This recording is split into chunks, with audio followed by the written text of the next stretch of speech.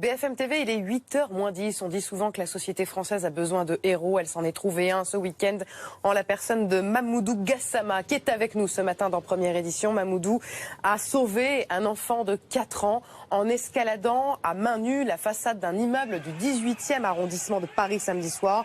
Et à vrai dire, on ne se lasse pas de revoir ces images, Christophe. Eh bien non, on ne s'en lasse pas, parce que 4 étages, on se dit, Mamoudou, que vous avez pris des risques considérables. Vous n'avez absolument pas hésité lorsque vous avez vu ce petit garçon pendu? Non, je n'ai pas hésité.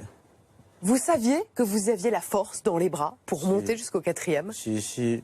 Et à ce moment-là, est-ce que vous dites, je prends un risque, mais tant pis, j'y vais? Si, parce que j'ai vu, donc je n'ai pas pensé rien de moi. Voilà, j'ai vu, donc un enfant de 4 ans, il est dans cette situation, donc je n'ai rien pensé. Voilà, j'ai pensé de le sauver et Dieu merci, je le sauvé. Voilà. Lorsque vous arrivez là, tout près de l'enfant, il vous dit quelque chose, l'enfant? Il n'a rien dit avec moi. Quand je le prends, je le demande, je dis pourquoi tu as fait ça.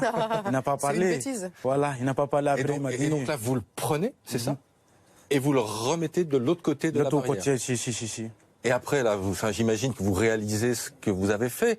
Vous voyez le vide devant vous, vous vous dites... Dans l'appartement, c'est là que ça m'a arrivé mal, les antennes de trembler. Dans l'appartement, il y avait personne. Si. Quand on était avec les policiers, voilà. Mamoudou, vous savez où vous allez dans 2 heures à l'Élysée. Alors on va aller tout de suite à l'Élysée, rejoindre notre envoyé spécial Igor Saïri. Le président de la République, Igor, a tenu à recevoir Mamoudou et sa famille, puisque son grand frère est là, on va l'entendre dans quelques instants. Quels sont les arguments de la présidence? Shoshen, Amishpat 266-1. Les chrétiens doivent être abusés. Baba Koma 113b. Il est permis d'abuser un goy. Ou encore en Shoshen et Mishpat 156.5, la richesse de la Koun doit être regardée comme la propriété commune et appartient au premier qui s'en empare. Un doit prétendre qu'il est chrétien pour tromper les chrétiens si cela est possible. Yoredea 157.2, si un peut tromper les adorateurs d'étoiles en prétendant être l'un d'entre eux, qu'il le fasse. Un a le droit de pratiquer l'usure sur un chrétien. Abodazara 159.1. Il est permis de pratiquer l'usure sur les apostats qui tombent en idolâtrie. Un peut mentir et se parjurer pour perdre un chrétien. Baba Koma 113a. Le nom de Dieu n'est point profané quand le goy ignore que le a menti. On doit louer, dit encore le Talmud, celui qui peut s'affranchir des ennemis. Rabbin Cheskia demande comment les combattons. Par ruse, tu leur feras la guerre. Citation des Proverbes 24.6. La ruse et les tricheries, dès que cela est possible, on doit les combattre sans relâche jusqu'à restauration de l'ordre. De cette façon, nous aurons la satisfaction de nous libérer de leurs jougs et de les dominer.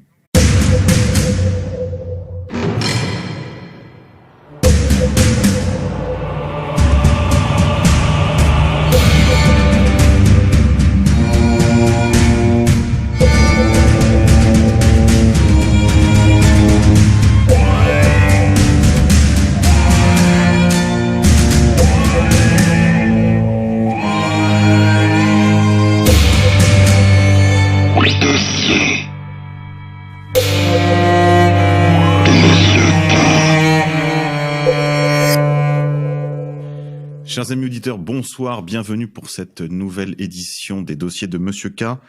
Un petit mot tout d'abord pratique, je vous invite s'il vous plaît à partager, à mettre un pouce bleu également sur la version YouTube de cette émission. Abonnez-vous aussi et puis n'hésitez pas à aller sur ma chaîne YouTube Orage d'Acier, likez, partagez, abonnez-vous, appuyez sur la chaîne de notification pour ne rater aucune nouvelle publication. Je voudrais assigner à cette émission, je parle là de la chaîne YouTube, un objectif de 10 000 vues sur cette émission, donc s'il vous plaît partagez-la. De même, je voudrais remercier le Bard, le remercier parce qu'il est l'auteur et l'interprète des bandes sonores d'Orage d'Acier comme des dossiers de Monsieur K. Vous pouvez le retrouver sur son compte SoundCloud /lebard. Vous pourrez retrouver l'ensemble de ses créations originales. Je voudrais également remercier la technique, sans qui évidemment cette émission ne serait pas possible. Aujourd'hui, je voudrais vous entretenir d'un épineux dossier, celui des prescriptions contre les gentils, contre les goïms, dans les livres talmudiques. Prescriptions contre le Christ d'abord, contre les chrétiens.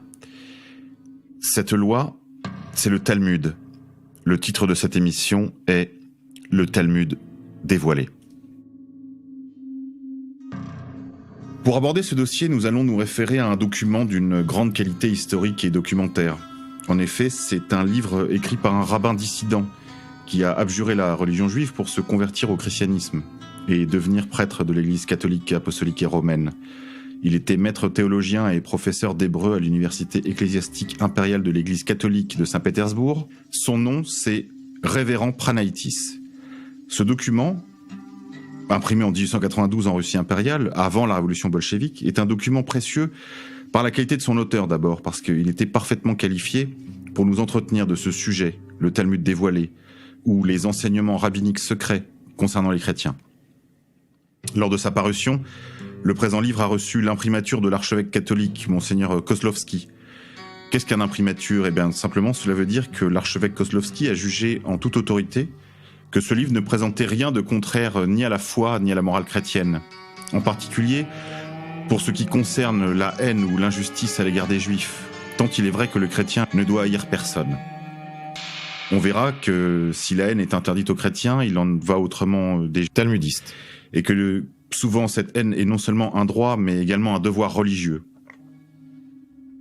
Dans un premier temps, je vous propose de nous arrêter sur les enseignements permis ou prescrits par les livres talmudiques, au sujet du Christ et des chrétiens. Puis dans un second temps, de nous pencher sur les préceptes, c'est-à-dire les indications d'attitude, de comportement à adopter envers les chrétiens, les maximes pratiques à adopter dans les relations avec les chrétiens dans tous les secteurs de l'activité humaine, le commerce, le prêt d'argent, l'emploi, le voisinage, mais aussi le vol, le viol, le meurtre, comme nous allons le voir.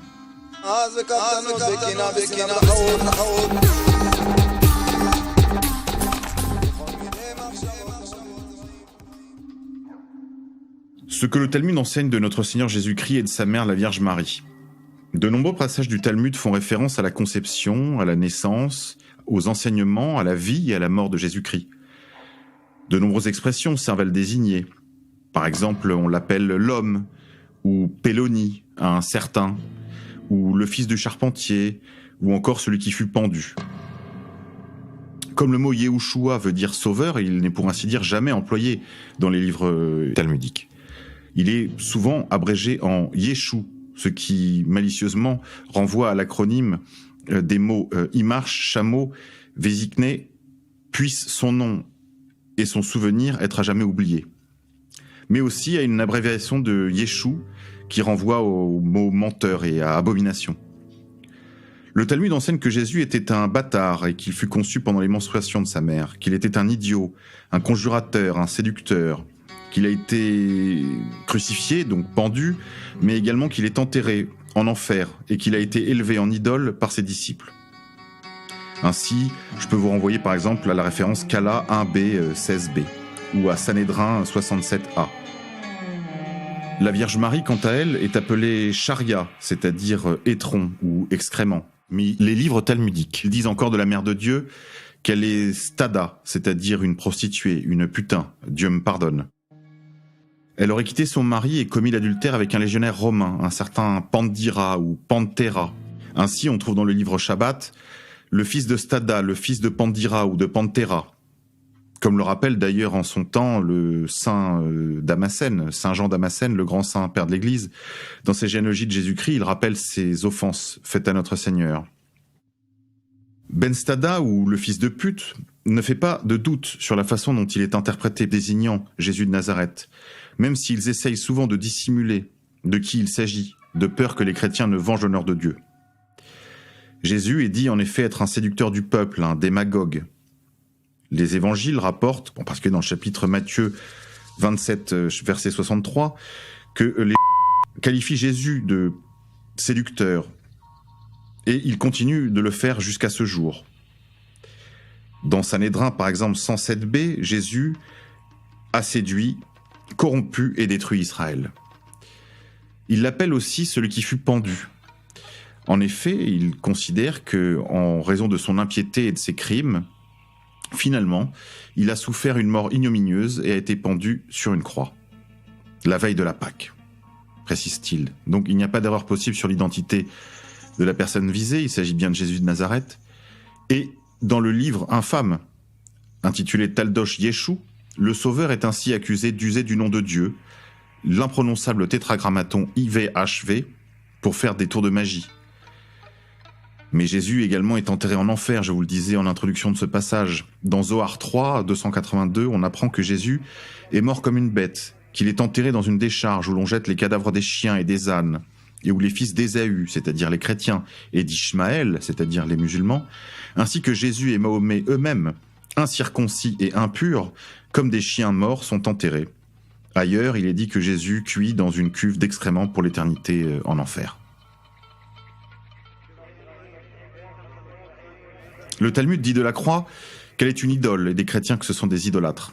Ainsi, ils emploient les mots tselem pour dire image, qui est évidemment interdite dans le judaïsme, ou bien kokba, qui désigne l'étoile en raison du rayonnement que font les traits de la croix, et qui là aussi renvoie à une signification ambiguë, étoile étant aussi une idole des temps anciens.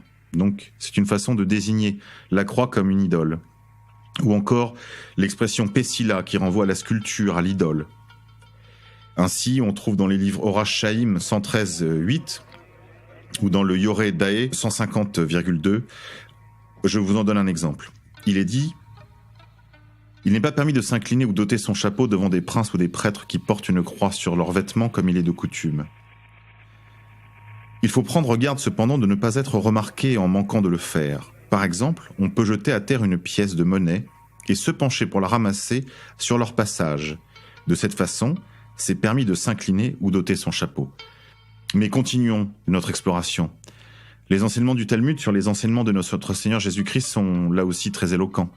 Selon le Talmud, un séducteur et un idolâtre ne pouvaient enseigner que des choses fausses, des idioties, des hérésies et des choses irréalisables. Ainsi, dans le livre Avodah Zarah 6a, il est dit qu'un nazaréen, un chrétien, est celui qui suit les fausses doctrines de l'homme qui lui a appris à prier le premier jour après le sabbat, c'est-à-dire le dimanche. Les chrétiens sont appelés Nazrim, ou disciples du nazaréen, mais aussi par les mots employés pour désigner tous les non-juifs, tels que Avodah Zarah, Akoum, Obdé Elilim, Minin, Nokrim, Elim, Amé Haaretz, Goïm, Apikorosim ou Koutrim.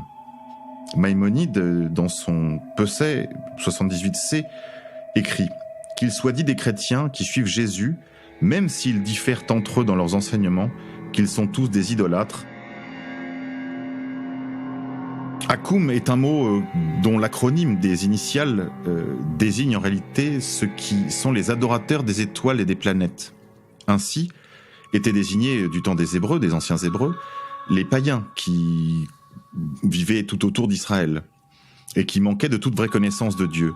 Mais c'est sous ce nom d'Akoum que sont maintenant désignés les chrétiens, nous dit le révérend Pranaïtis. Je vous rappelle, on est en 1892. On le trouve par exemple dans de nombreuses occurrences, telles que Onash Chaim, par exemple, 113.8. Ceux qui usent d'une croix sont appelés Akoum.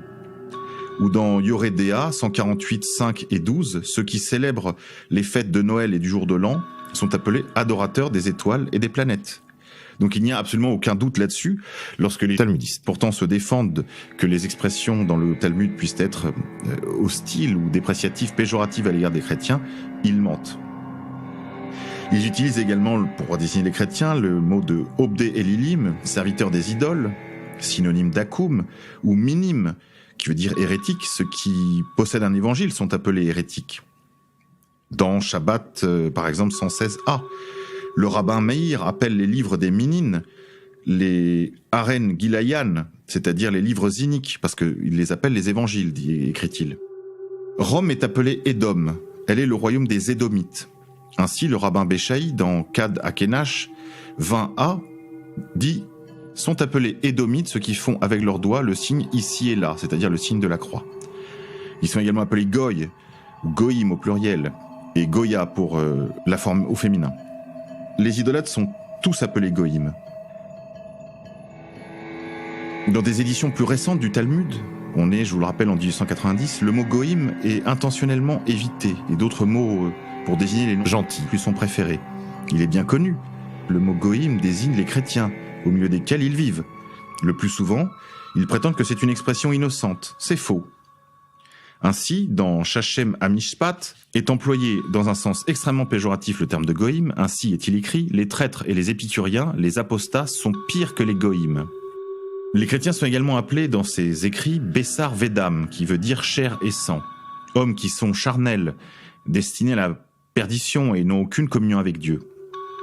Les chrétiens sont bien considérés comme chair et sang, nous le savons par leur livre de prière où il est écrit « Quiconque croise un chrétien sage peut dire « Béni soit le Seigneur qui dispense sa sagesse à la chair et au sang », etc. »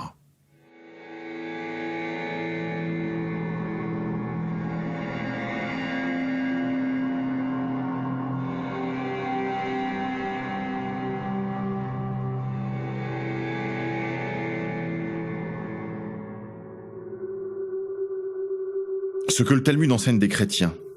À partir du moment où Jésus est dit être un magicien, un idolâtre, un hérétique, on imagine aisément comment ils tiennent en mépris ses disciples. En réalité, il n'y a rien de plus abominable que ce qu'ils disent des chrétiens. Ils disent des chrétiens que ce sont des idolâtres, le pire genre d'être, bien pire que les musulmans, des menteurs, des fornicateurs, des animaux impurs, qu'ils sont comme la poussière, qu'ils ne méritent pas le nom d'humain, qu'ils sont des bêtes à forme humaine, qu'ils méritent d'être nommés des bêtes, des vaches, des ânes, des porcs, des chiens, qu'ils sont pires que des chiens, qu'ils sont d'origine diabolique, que leurs âmes viennent du diable et qu'ils s'en retourneront en enfer après la mort. Les musulmans, en effet, eux, sont appelés ismaélites et jamais idolâtres. Maïmonide, dans Ikot Maékalot, chapitre 9, dit « Il n'est pas permis de boire le vin des chrétiens qui sont des idolâtres. Ils sont aussi dits des meurtriers. » Dans Abodazara 22a, il est écrit « Il n'est pas permis de s'associer avec les gentils, car ils versent le sang. » De même, dans Yoredora 153.2, un Israélite ne doit point se mêler aux Akoun, donc aux chrétiens, parce qu'ils versent le sang. Dans Abodazara toujours 25b, il est écrit « Si un goy se joint à vous sur la route, vous devez marcher à sa droite, de façon que si le gentil lève sa main droite pour vous frapper, vous puissiez lever votre main droite afin d'arrêter le coup de sa main. » On voit le niveau de crainte et de haine implémenté dans le subconscient par ces histoires de gentils homicides et antisémites. Plus loin, nous apprenons que les chrétiens sont des fornicateurs. Abodazara 15b, il est écrit « On ne doit point laisser d'animaux de sexe masculin dans leurs étables avec leurs hommes, ni d'animaux de sexe féminin avec leurs femmes. Combien plus il faut veiller à ne point laisser d'animaux femelles en compagnie de leurs hommes, ou de sexe masculin avec leurs femmes, ni laisser de brebis à la garde de leurs bergers, ni avoir de relations avec eux d'aucune sorte, ni laisser d'enfants à leurs soins afin d'apprendre à lire ou aucun autre métier. » Un peu plus loin, en 22a, toujours sur Abodazara, on a l'explication du pourquoi il ne faut pas laisser des animaux de sexe féminin en présence des femmes. En effet, dit-il, le bétail dans leurs étables, les animaux ne doivent pas être laissés près des goïms parce qu'ils sont suspectés d'avoir des relations sexuelles avec les bêtes. Les femmes ne doivent point les approcher parce qu'ils sont sursexualisés. Et pourquoi ne doit-on pas laisser d'animaux femelles à la garde de leurs femmes, me demanderez-vous? Eh bien, toujours dans Abodazara 22b, on apprend « parce qu'ils vont dans la maison de leur voisin pour commettre l'adultère avec la femme. Et si la voisine n'est pas là, ils forniquent avec les brebis dans l'étable, en lieu et place. Et parfois même, si elles sont chez elles, ils forniquent avec les brebis malgré tout, parce qu'ils préfèrent forniquer avec des animaux, car ils préfèrent la brebis du que leur propre femme. Pour les mêmes raisons, on ne doit confier ni les brebis à des bergers gentils, ni les enfants à des éducateurs.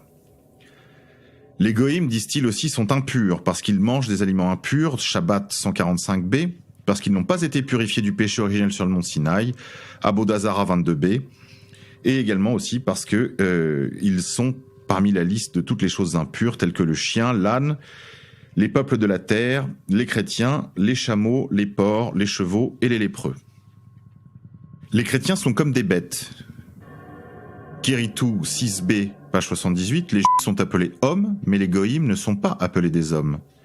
Midrash Taliptio, follicule 22, 5d, Dieu les a créés avec une forme humaine pour la gloire des mais Akoun donc les païens, les chrétiens, les adorateurs des étoiles et des planètes, c'est-à-dire les chrétiens, ont été créés pour le seul usage d'être des serviteurs jour et nuit.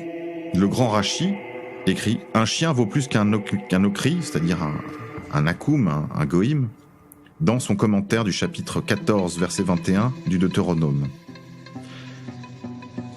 Et il nous accuse de nouveau de forniquer avec des bêtes et de nous reproduire comme des bêtes.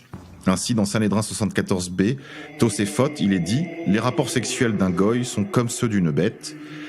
Le mariage chrétien n'est pas un mariage. Kiddushim 3b, on lit « Ils ne peuvent contracter de mariage. » Ou Eben Hazer 44.8, « Si un contracte un mariage avec une akoum, une chrétienne, ou avec sa servante, ce mariage est nul. » Ou encore, dans le Zohar 2, 64b, « Si seuls les idolâtres avaient des relations sexuelles, le monde cesserait d'exister. » De cette façon, nous savons que les ne doivent point en céder à ces infâmes voleurs, car ils se répandent en trop grand nombre, il nous sera impossible de continuer d'exister par leur faute, car ils se reproduisent comme des bêtes. Là encore, donc ça c'est dans le Zohar.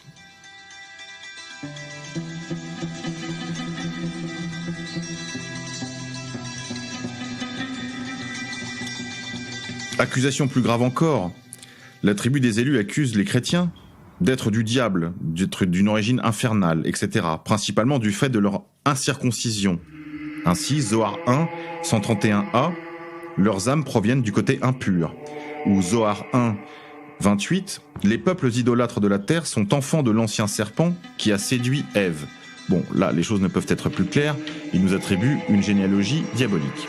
Ou encore, Emeg ou Melch, où il est écrit en 25d, les âmes des impurs viennent de Kélipa, qui est la mort et l'ombre de la mort. Leurs âmes retournent en enfer après la mort. Rosé Asmana 17a, les hérétiques, les traîtres et les épicuriens, c'est-à-dire les philosophes, ceux qui expriment des opinions en matière religieuse, qui est synonyme du chrétien, vont en enfer. Leur livre parle du corps des chrétiens pourtant promis, selon notre foi en Jésus-Christ, à la résurrection, comme de cadavres d'animaux. Ainsi, en Yoredéa 377.1, les condoléances ne doivent pas être faites à quiconque, servant ou aide de maison d'un goïm, décède. Tout ce qui doit être dit est « Dieu te rende ta perte », comme on dit, d'un âne ou d'une vache.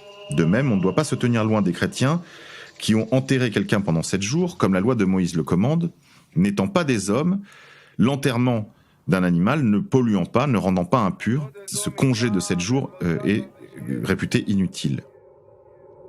Les prêtres des chrétiens, maintenant, sont appelés prêtres de Baal. Les églises sont dites des maisons de mensonges et d'idolâtrie. Les objets du culte, calices, livres saints, icônes, sont considérés comme relevant du culte aux idoles, et les prières chrétiennes sont regardées comme coupables et offensant Dieu. Ainsi, dans Aboda Zara 14 et également en A278, interdiction leur est faite d'entrer dans une église, ni même d'y jeter un œil. Il est interdit également d'écouter la musique des églises, même pas pour leur beauté, tel que interdit en Yoredéa 142.15. Pour les talmudistes, les choses sont claires, ils s'accordent tous sur le fait que les livres des chrétiens doivent être tous détruits. Maintenant, je vous propose de nous intéresser aux préceptes du Talmud à l'égard des goïms. Ces prescriptions, par leur tradition, leurs commentateurs compilés dans le Talmud. Comme nous allons le voir, ces préceptes, appris quotidiennement dans leur yeshiva, à certains garçons en âge de lire durant des siècles, a contribué à forger des attitudes. Parmi ces attitudes, on comprend de l'impolitesse et du mépris, de la tromperie, du mensonge, de la malveillance, des abus, du vol, du viol et du meurtre, jusqu'au sacrifice rituel. Un ne doit pas rendre son salut à un chrétien, Yoredéa 148.10. Un ne doit pas se rendre devant les juges chrétiens, Shorchen Amishpat 26.1. Un ne peut pas manger la nourriture d'un chrétien, Yoredéa 112.1 et Aboda Zara 35b. Les chrétiens doivent être évités car ils sont impurs, Aboda Zara 72b, Yoredéa 120.1, parce que ce sont des idolâtres, Aboda Zara 2a, 78c. Il est permis en revanche de les fréquenter s'ils sont incroyants ou athées, tel que précisé dans Yoredéa 148.5 et dans Ikot Akun, chapitre 9, paragraphe 2. Il est permis d'envoyer un cadeau à un Akun lors des fêtes, par exemple, si l'on sait qu'il ne croit pas dans les idoles et qu'il ne les adore pas. Les ont interdiction de confier leurs enfants à des nounous chrétiennes, Yoredéa 81.7, ni à des professeurs chrétiens, Yoredéa 153.1, Un enfant ne doit pas être confié à un akoun pour apprendre les manières, la littérature ou les arts, car il les conduirait à l'hérésie. Ils ne doivent pas non plus être confiés à un docteur, à un obstétricien ou à un barbier chrétien. Yoredea 155.1, Pesachir 25a, Abodazara 26a. Vous ne devez même pas être coiffé par un akoun, à moins que vos amis soient présents de peur que le coiffeur ne vous égorge. Aucun bien ne doit être fait aux chrétiens, nous dit le Zohar, chapitre 1, paragraphe 25b. Il est dit, ceux qui font du bien aux akouns ne se lèveront pas de parmi les morts. C'est-à-dire que la résurrection, à la fin des temps, au moment du jugement, au jour de la résurrection et du jugement dernier, sera retranchée de ceux qui auront fait du bien aux chrétiens. Je ne sais pas, chers amis auditeurs, si vous réalisez le niveau de haine qui est contenu dans ces livres. Il est permis de faire de temps en temps cependant du bien aux chrétiens, mais uniquement pour le bien de la paix et pour dissimuler la haine que nous leur vouons, nous précise Maïmonide dans Ikokakoum, chapitre 10, verset 6, ou encore dans Yoredea 148.12. Le Talmud commande de faire du tort aux chrétiens. À partir du moment où les goïms servent les comme le firent les bêtes de somme, ouvrez les guillemets, la vie d'un goy et toutes ses capacités physiques appartiennent à un. Ça, c'est dans A. Roch, d'Hippolyte. Un autre axiome des rabbins, on voit cela précisé dans Baba Bata 54b. Et les biens des goïms sont comme un désert, la première personne à les revendiquer les possède. Un ne doit pas dire à un chrétien qu'il a trop payé, par exemple. Ça, c'est dans Shoshéou et Mishpat 183.7. Un bien perdu par un chrétien ne doit pas lui être rendu. Shoshen à Mishpat 266.1. Les chrétiens doivent être abusés. Baba Koma 113b. Il est permis d'abuser un goy. Ou encore en Shoshen et Mishpat 156.5, la richesse de l'Akoun doit être regardée comme la propriété commune et appartient au premier qui s'en empare. Un doit prétendre qu'il est chrétien pour tromper les chrétiens si cela est possible. Yoredea 157.2. Si un peut tromper les adorateurs d'étoiles en prétendant être l'un d'entre eux, qu'il le fasse. Un a le droit de pratiquer l'usure sur un chrétien. Abodazara 159.1. Il est permis de pratiquer l'usure sur les apostats qui tombent en idolâtrie. Un peut mentir et se parjurer pour perdre un chrétien. Baba Koma 113a. Le nom de Dieu n'est point profané quand le goy ignore que le a menti. On doit louer, dit encore le Talmud, celui qui peut s'affranchir des ennemis. Rabbin Cheskia demande comment les combat-on.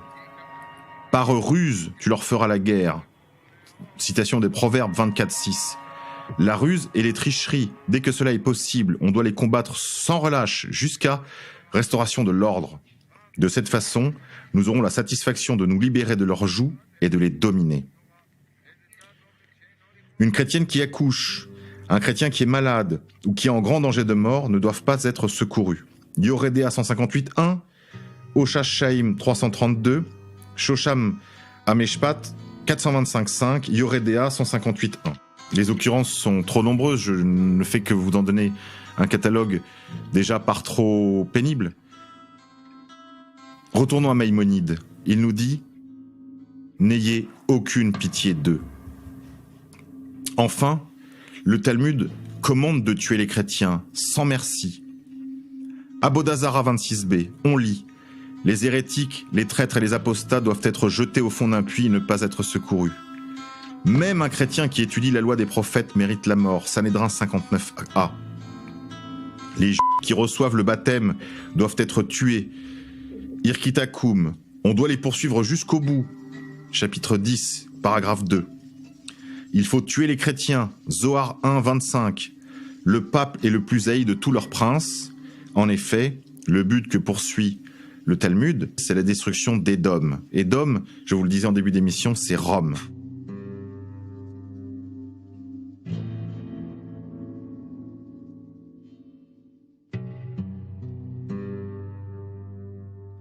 Rabbin David Kimchi écrit dans Obadian. Ce que les prophètes ont annoncé de la destruction d'Édom dans les derniers jours s'adressait à Rome. Comme l'explique Ésaïe chapitre 34:1, approchez nation pour entendre, lorsque Rome est détruite, Israël sera sauvé. Et le rabbin Abraham dit aussi dans Seror Amor, section Shoftim, immédiatement après que Rome soit détruite, nous serons sauvés.